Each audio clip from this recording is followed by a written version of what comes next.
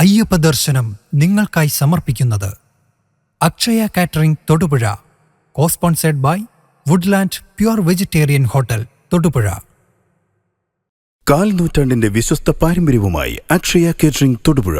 ആഘോഷങ്ങൾ ഏതുമാവട്ടെ, എല്ലാത്തരം veg non veg വിഭവങ്ങളും പൂർണ്ണ ഉത്തരവാദിത്തത്തോടെ നിങ്ങളുടെ മുന്നിലെത്തിക്കുന്നു. നിങ്ങളുടെ നാവിലെ രസമുകുളങ്ങളെ തൊട്ടുണർത്തുന്ന രുചി വൈവിധ്യങ്ങൾ, സ്വാദിൽ ഒരൽപ്പം പോലും വിട്ടുവീഴ്ചയില്ലാതെ, പാരമ്പര്യ തനിമ നഷ്ടപ്പെടാതെ വിഭവസമൃദ്ധമായി നിങ്ങളുടെ ആഘോഷങ്ങളെ വരവേൽക്കൂ. അക്ഷയ കേറ്ററിംഗ് തൊടുപുഴയ്ക്കൊപ്പം ഫോൺ 9744406785. അക്ഷയ കേറ്ററിംഗ് തൊടുപുഴ. ഹൈറേഞ്ചിന്റെ കവാടമായ തൊടുപുഴയിൽ രുചിവൈവിധ്യങ്ങളുടെ നിറക്കലവറയായി വുഡ്ലാൻഡ്സ് വെജിറ്റേറിയൻ ഹോട്ടൽ. കൈപ്പുണ്യത്തിന്റെ മികവ് തെളിയിച്ചുകൊണ്ട് വിവിധയിനം ദോശകൾ, നോർത്ത് ഇന്ത്യൻ, ചൈനീസ് എന്നിങ്ങനെ കലർപ്പില്ലാത്ത വെജിറ്റേറിയൻ വിഭവങ്ങൾ. ഗ്രഹാതുരത്വം തുളുമ്പുന്ന അന്തരീക്ഷത്തിൽ വിശാലമായ കാർ പാർക്കിംഗ് സൗകര്യത്തോടെ Woodlands vegetarian hotel, Thodupuzha Muvattupuzha road, Madakkathanam, Kochangadi. ഇരട്ടി മധുരവുമായി വുഡ്ലാൻഡ് സ്വീറ്റ്സ് എന്ന മധുരക്കലവറയിൽ. ഞങ്ങളുടെ മറ്റൊരു സഹോദര സ്ഥാപനം വിജയ ബ്രിക്സ്, മടക്കത്താനം, കൊച്ചങ്ങാടി.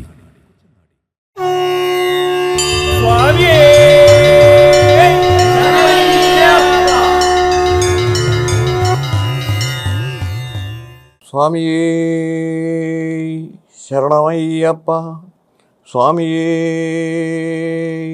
ശരണമയ്യപ്പ, സ്വാമിയേ ശരണമയ്യപ്പ. ഹരിഹരസുതനാനന്ദചിത്തനയ്യനയ്യപ്പ, സ്വാമിയേ ശരണമയ്യപ്പ. ഈ മഹത്തായ യജ്ഞത്തിൻ്റെ 33ാമത് ദിവസത്തിലേക്ക് നാം പ്രവേശിക്കുകയാണ്. ലോകമെമ്പാടും പുകഴ്പെറ്റ ശബരിമല സന്നിധാനത്ത് ശ്രീകോവിൽ നട തുറന്നിട്ട് ഇന്ന് 33ാമത് ദിവസമാണ്. ധനുമാസം പൂർത്തിയായി മകരവിളക്ക്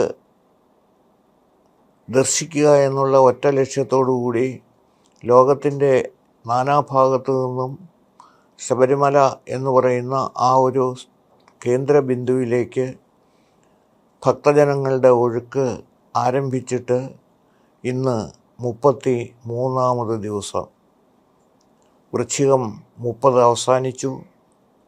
ഏതാണ്ട് 30 ലക്ഷത്തോളം ആളുകൾ ദർശനം നടത്തി എന്ന് കണക്ക് പറയുന്നു. ആരും ചോദിക്കുന്നില്ല കണക്ക്. പക്ഷേ എങ്കിൽ പോലും കൃത്യം ആയിട്ടും 80,000 90,000 പേര് വീതമാണ് വരുന്നത് എന്ന് പത്രലിഖിതത്തിലൂടെ ദേവസ്വം ബോർഡ് അറിയിക്കുന്നു.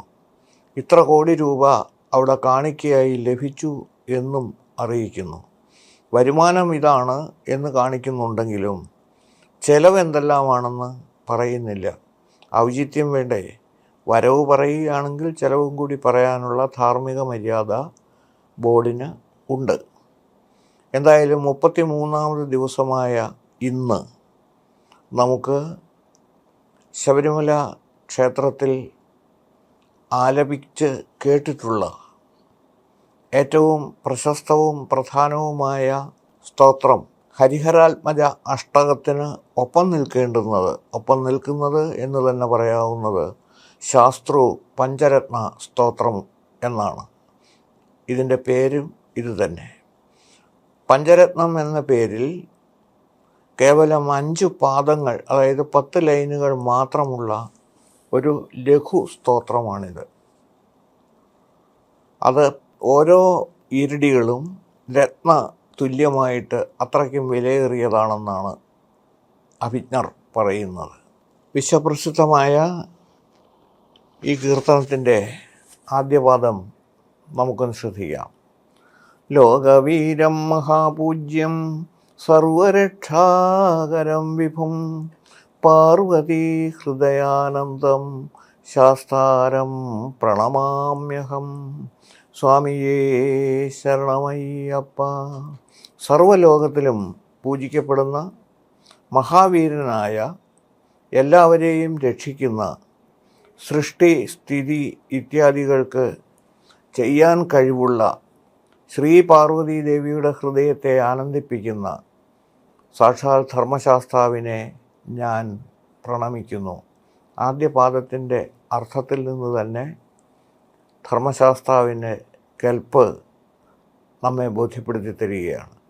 രണ്ടാമത്തെ പാദ്യം: വിപ്രപൂജ്യം വിശ്വവന്ദ്യം വിഷ്ണുശംഭോ പ്രിയം സുതം പ്രസാദനിരതം ശാസ്താരം പ്രണമാമ്യഹം. ശ്രേഷ്ഠജനങ്ങളാൽ പ്രത്യേകം പൂജിക്കപ്പെടുന്നവനായ ലോകാരാധ്യനായ വിഷ്ണുവിൻ്റെയും ശംഭുവിൻ്റെയും അംശമായി ജനിച്ച പ്രിയപുത്രൻ എപ്പോഴും എളുപ്പം പ്രസാദിക്കാൻ തയ്യാറുള്ള ആ ധർമ്മശാസ്താവിനെ ഞാൻ പ്രണയിക്കുന്നു, ആശ്രയിക്കുന്നു, അദ്ദേഹത്തിൻ്റെ പാതാരവിന്ദങ്ങളിൽ നമസ്കരിക്കുന്നു. മത്തമാതംഗഗമനം കാരുണ്യാമൃതപൂരിതം സർവവിഘ്നഹരം ദേവം ശാസ്താരം പ്രണമാമ്യഹം. മത്തമാതംഗഗമനം, ഉത്തമനായ ആനയെ വാഹനമാക്കിയ കരുണയുടെ നിറഞ്ഞ അമൃതമായ വിഘ്നനിവാരകനായ ശാസ്താവ്. മത്തമാതംഗഗമനം എന്ന് പറഞ്ഞാൽ അതിശക്തനായ ഒരു മൃഗമാണ് ആന എന്നെല്ലാവർക്കും അറിയാം.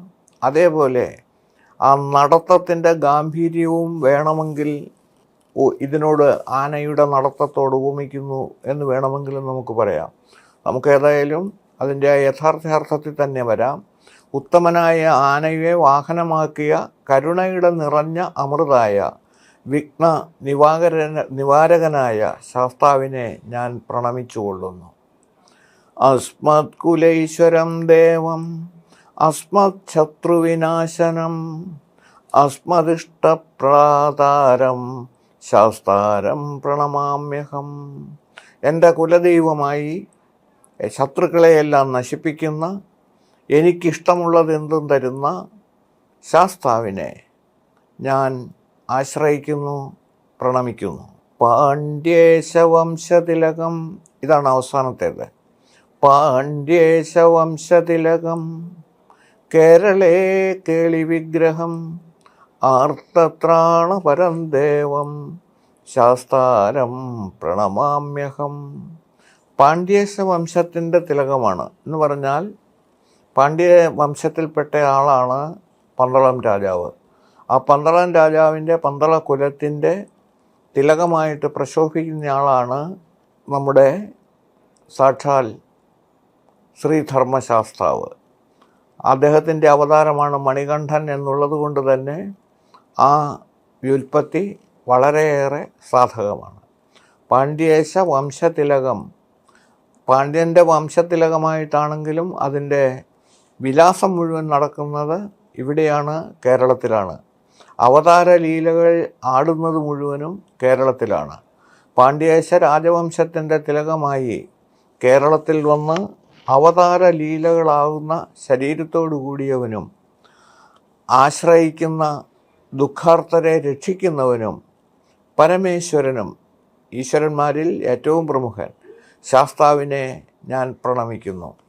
എന്താണിതിൻ്റെ നമ്മളിത് ജപിക്കുന്നത് കൊണ്ടുള്ള ഫലം എന്നറിയണമെങ്കിൽ പഞ്ചരത്നം എന്നു പേരുള്ള ഈ സ്തോത്രം എന്നും സംശുദ്ധമായി പാരായണം ചെയ്യുന്നവനിൽ ഭഗവാൻ ശാസ്താവ് പ്രസന്നനായി അവൻ്റെ ഹൃദയത്തിൽ നിവസിക്കും. മാത്രമല്ല ഇത് എത്ര കാലം മുമ്പുള്ളതാണ് എന്നും കൂടി ആലോചിക്കുമ്പോൾ ശ്രീധർമ്മശാസ്താവിനെക്കുറിച്ച് ശങ്കരാചാര്യർ ഒരു കൃതി രചിച്ചിട്ടുണ്ട്. ഇവിടെ ശങ്കരാചാര്യരുടെ കാലത്തെ സംബന്ധിച്ചിടത്തോളം തർക്കം നിലനിൽക്കുന്നു. മാത്രമല്ല ഏറ്റവും പുതിയ സിസ്റ്റം അനുസരിച്ചിട്ട് കേൾക്കുന്നത് ശങ്കരാചാര്യർ മിത്താണോ എന്ന് പോലും സംശയം പ്രകടിപ്പിച്ചിരിക്കുന്നു. അപ്പോൾ ശങ്കരാചാര്യർ എഴുതിയ കൃതികളെല്ലാം എവിടെ എന്നതിൻ്റെ ഉത്തരം നമുക്ക് കണ്ടെത്തേണ്ടതായിട്ട് വരികയാണ്. ശങ്കരഭാഷ്യം, അതായത് 3 പ്രധാനപ്പെട്ട പുസ്തകങ്ങൾക്കും ഭാഷ്യം രചിച്ചത് ആചാര്യനിൽ ഏറ്റവും പ്രമുഖനും ഏറ്റവും ശ്രേഷ്ഠമായിട്ടുള്ള പ്രമുഖ ഭാഷ്യവും ഭാഷ്യകാരകൻ്റെ അഥവാ ശങ്കരാചാര്യരുടേതാണ്. ബ്രഹ്മസൂത്രത്തിന് ഉപനിഷത്തുക്കൾക്ക്, ഭഗവത്ഗീതയ്ക്ക് ഈ 3 പുസ്തകങ്ങളാണ് ഏറ്റവും പ്രധാനമായിട്ടുള്ളത്. ആ 3 പുസ്തകങ്ങൾക്കും ഒരേപോലെ ഭാഷ്യം രചിച്ചയാളായിട്ടുള്ള ശങ്കരാചാര്യർ ഒരു സങ്കല്പ കഥാപാത്രമാണോ എന്ന് ഭരണകർത്താക്കളിൽ ചിലർക്ക് സംശയമുണ്ടായി എന്ന് പറയുന്നത് തന്നെ ഈ നാട് എവിടേക്ക് പോകുന്നു എന്നതിൻ്റെ ഏറ്റവും വലിയ തെളിവാണ്. ഇവിടെ ശങ്കരാചാര്യരുടെ കാലത്തെ സംബന്ധിച്ചിടത്തോളം തർക്കം നിലനിൽക്കുന്നു എന്ന് സൂചിപ്പിച്ചത് എന്തുകൊണ്ട്? ശങ്കരാചാര്യരുടെ കാലം എന്ന് പറയുന്നത് 1250 വർഷത്തിൽ താഴെയാണ് എന്നാണ് ആധുനിക കണ്ടുപിടുത്തം. പക്ഷേ യഥാർത്ഥ ശങ്കരാചാര്യർ എന്നുദ്ദേശിക്കുന്നത് ക്രിസ്തുവിനും അപ്പുറത്താണെന്നും ഏകദേശം 2500 വർഷങ്ങൾക്കടുത്ത് അതിന് പഴക്കമുണ്ടെന്നും നമുക്ക് പറയേണ്ടതായി വരും. കാഞ്ചി കാമകോടി പീഠം ജയേന്ദ്ര സരസ്വതികളുടെ കാഞ്ചി ശങ്കരമഠത്തിൽ 1ാമത് ശങ്കരാചാര്യർ മുതൽ ഇപ്പോഴത്തെ അവിടുത്തെ ആചാര്യനായ ശങ്കര വിജയേന്ദ്ര സരസ്വതി സ്വാമി വരെയുള്ളവരെ കാലം പ്രത്യേകം അടയാളപ്പെടുത്തിയിട്ടുള്ള ഒരു ചാർട്ട് തന്നെയുണ്ട്. അതനുസരിച്ചിട്ട് ആദി പരമാചാര്യൻ്റെ കാലം ക്രിസ്തുവിന് മുമ്പ് 300-400 കാലഘട്ടമാണെന്ന് വ്യക്തമാക്കുമ്പോൾ ഏകദേശം 2400-2500 BC-യും AD-യും ഒരുമിച്ച് കൂട്ടിച്ചേർന്ന് ആ കാലത്തിനിടയ്ക്കാണ് ശ്രീ ശങ്കരാചാര്യരുടെ കാലം എന്ന് വ്യക്തമാകുന്നു. കേവലം 33 വയസ്സുവരെ മാത്രം ഭൂമിയിൽ ജീവിച്ചിരുന്ന ശങ്കരാചാര്യർ രചിച്ച് ഈ ലോകത്തിന് നൽകിയിട്ടുള്ള നിരവധി ഗ്രന്ഥങ്ങൾ ഒരു വശത്ത് നിൽക്കുമ്പോൾ 4 പ്രാവശ്യം ഭാരതത്തിലുടനീളം അങ്ങിങ്ങെത്തി അദ്ദേഹം കാൽനടയായി സഞ്ചരിച്ചു എന്ന് പറയുമ്പോൾ എന്തായിരുന്നു ശങ്കരാചാര്യർ, ആരായിരുന്നു ശങ്കരാചാര്യർ എന്നതിനെക്കുറിച്ചൊന്ന് ആലോചിക്കണം. ആ ശങ്കരാചാര്യരും ഇവിടെ അയ്യപ്പസ്വാമിയെക്കുറിച്ച് അഥവാ ശ്രീധർമ്മശാസ്താവിനെക്കുറിച്ച് ഒരു ഗീതകം രചിച്ചിട്ടുണ്ട്. അതിനെക്കുറിച്ച് സൂചിപ്പിക്കാം.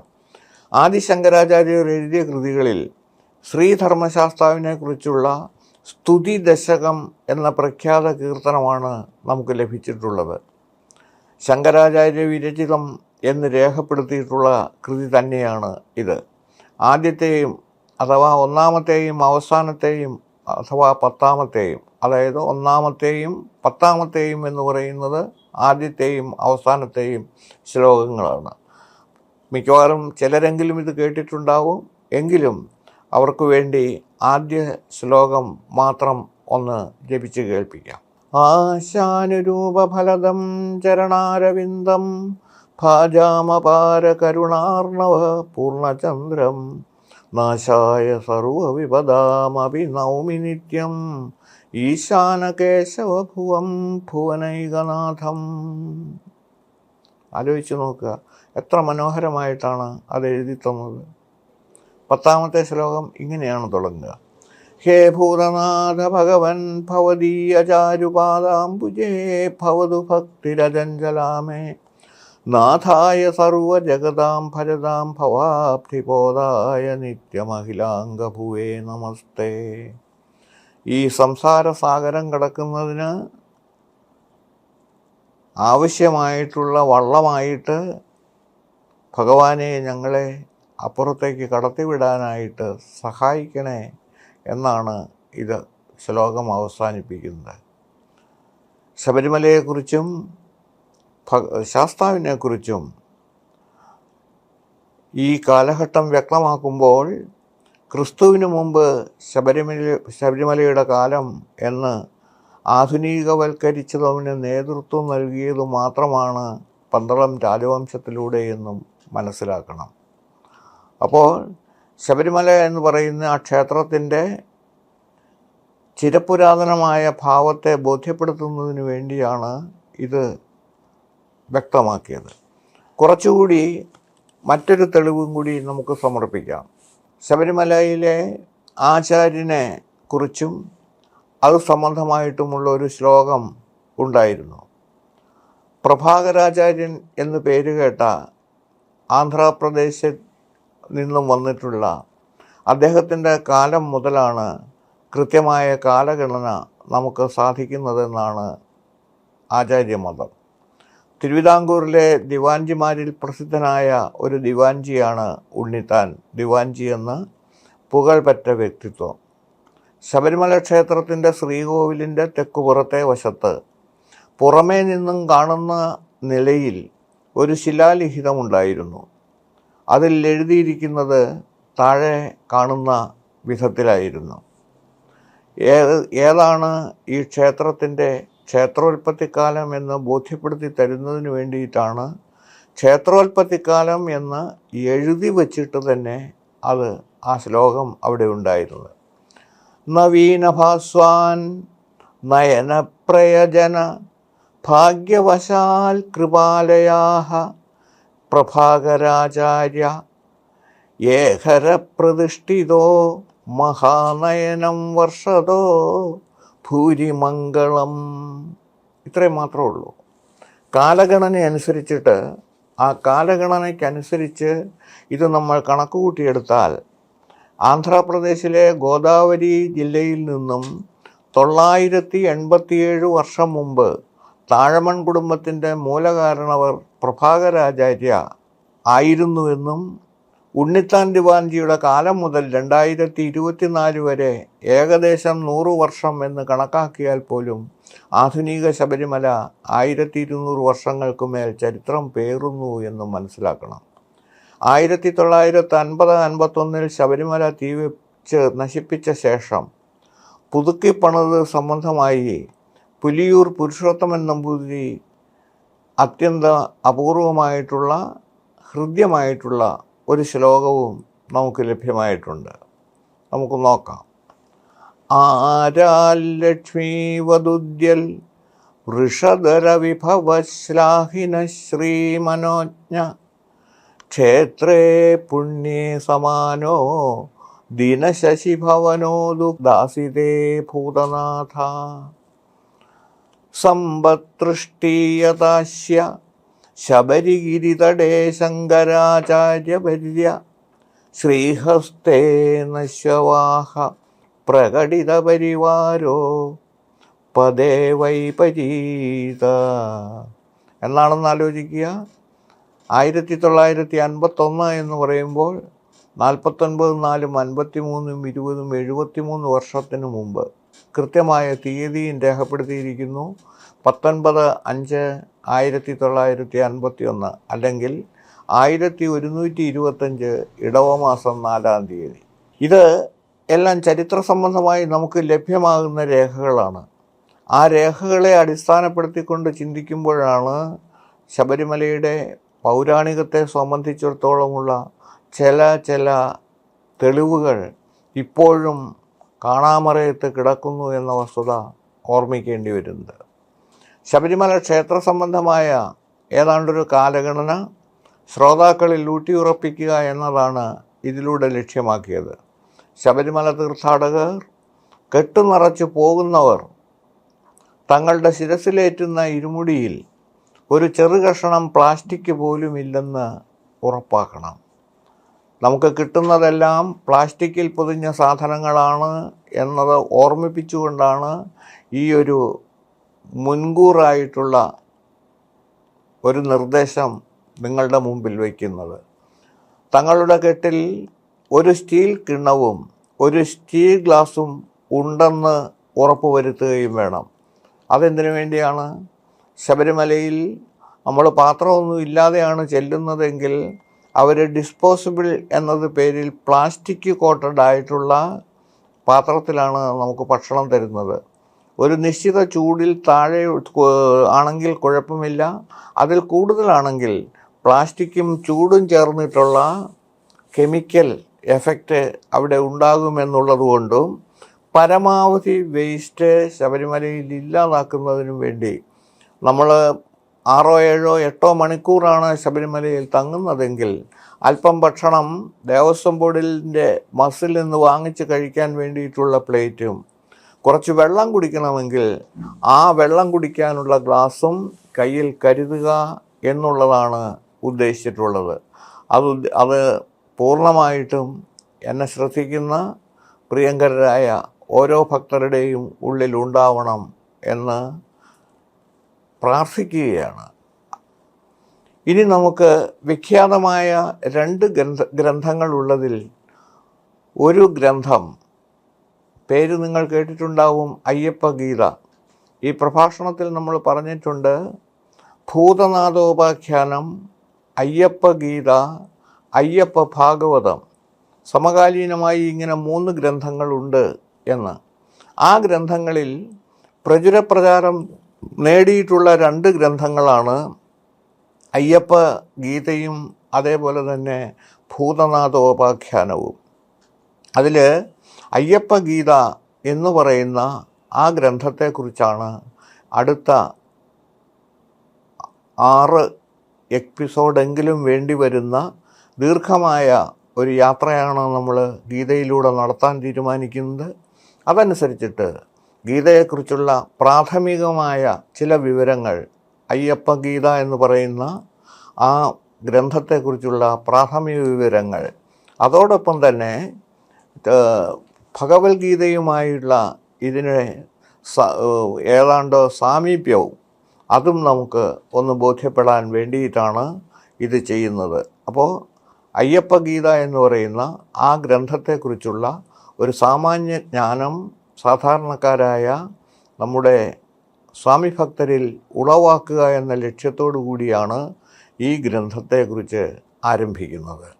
ഭഗവത്ഗീത അതിന് തത്തുല്യം എന്ന് പറയുന്നില്ലെങ്കിൽ പോലും ഭഗവത്ഗീതയ്ക്ക് സമാനമായ ഒരു ഗ്രന്ഥം എന്ന നിലയിൽ അയ്യപ്പഗീതയെ 34ാമത് എപ്പിസോഡിൽ നമുക്ക് തുടക്കം മുതൽ തന്നെ പരിചയപ്പെട്ടു വരാം. അതിൻ്റെ ആമുഖമായി ഞാൻ സൂചിപ്പിക്കട്ടെ, ശ്രീകൃഷ്ണൻ്റെ ഭാഗത്ത് നിൽക്കുന്നത്, അല്ലെങ്കിൽ ശ്രീകൃഷ്ണനായി അയ്യപ്പഗീതയിൽ നിൽക്കുന്നത് സാക്ഷാൽ അയ്യപ്പസ്വാമിയും അഥവാ ശ്രീധർമ്മശാസ്താവും. അതിൽ അർജുനൻ്റെ ഭാഗത്ത്, അല്ലെങ്കിൽ അർജുനനായി നമ്മുടെ മുമ്പിൽ വരുന്നത് ഉപാസകയായിട്ടുള്ള സാക്ഷാൽ ശബരി മാതാവുമാണെന്നുള്ള വസ്തുത നിങ്ങളെ അറിയിച്ചുകൊണ്ട് അയ്യപ്പഗീത എന്ന് പറയുന്ന മഹത് ഗ്രന്ഥത്തിലേക്കുള്ള അതിനെക്കുറിച്ചുള്ള പ്രാഥമികമായ വിവരങ്ങൾ നമുക്ക് 34ാമത് എപ്പിസോഡ് മുതൽ ആരംഭിക്കാം. ആ ഒരു ഭാഗത്തേക്ക് ഏവരുടെയും ശ്രദ്ധയാകർഷിച്ചുകൊണ്ട് ഒന്നുകൂടി ആവർത്തിച്ച് പറയുന്നു, ദയവായി ഒരല്പം പോലും പ്ലാസ്റ്റിക്കോ അതുപോലെയുള്ള സാധനങ്ങളോ ശബരിമലയ്ക്ക് നമ്മുടെ കെട്ടുകളിൽ ഉണ്ടാവില്ല എന്ന് ഉറപ്പുവരുത്തിക്കൊണ്ട് തീർത്ഥാടനത്തിൽ പങ്കെടുക്കുക. അത് കൂടുതൽ പുണ്യപ്രദമായിരിക്കും എന്ന വസ്തുത ഓർമ്മിപ്പിച്ചുകൊണ്ട് സഹൃദയ സമക്ഷം 33ാമത് എപ്പിസോഡ് സമർപ്പിക്കുന്നു. 34ാമത് എപ്പിസോഡിലേക്ക് ഏവർക്കും ഹൃദയം നിറഞ്ഞ സ്വാഗതം. സ്വാമിയേ ശരണമയ്യപ്പ.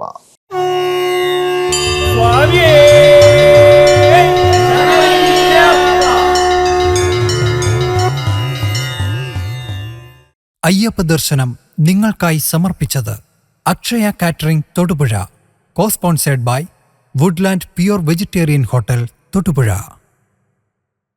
4 നൂറ്റാണ്ടിന്റെ വിശ്വസ്ത പാരമ്പര്യവുമായി അക്ഷയ കേറ്ററിംഗ് തൊടുപുഴ.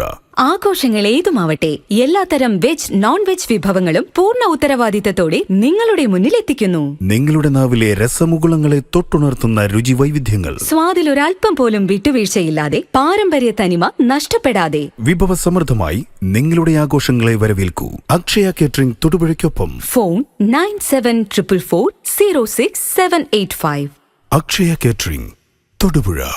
ഹൈറേഞ്ചിന്റെ കവാടമായ തൊടുപുഴയിൽ രുചിവൈവിധ്യങ്ങളുടെ നിറക്കലവറയായി വുഡ്ലാൻഡ്സ് വെജിറ്റേറിയൻ ഹോട്ടൽ. കൈപുണ്യത്തിന്റെ മികവ് തെളിയിച്ചുകൊണ്ട് വിവിധയിനം ദോശകൾ, നോർത്ത് ഇന്ത്യൻ, ചൈനീസ് എന്നിങ്ങനെ കലർപ്പില്ലാത്ത വെജിറ്റേറിയൻ വിഭവങ്ങൾ. ഗ്രഹാതുരത്വം തുളുമ്പുന്ന അന്തരീക്ഷത്തിൽ വിശാലമായ കാർ പാർക്കിംഗ് സൗകര്യത്തോടെ Woodlands vegetarian hotel, Thodupuzha Muvattupuzha road, Madakkathanam, Kochangadi. ഇരട്ടി മധുരവുമായി വുഡ്ലാൻഡ് സ്വീറ്റ്സ് എന്ന മധുരക്കലവറയും. ഞങ്ങളുടെ മറ്റൊരു സഹോദര സ്ഥാപനം വിജയ ബ്രിക്സ്, മടക്കത്താനം, കൊച്ചങ്ങാടി.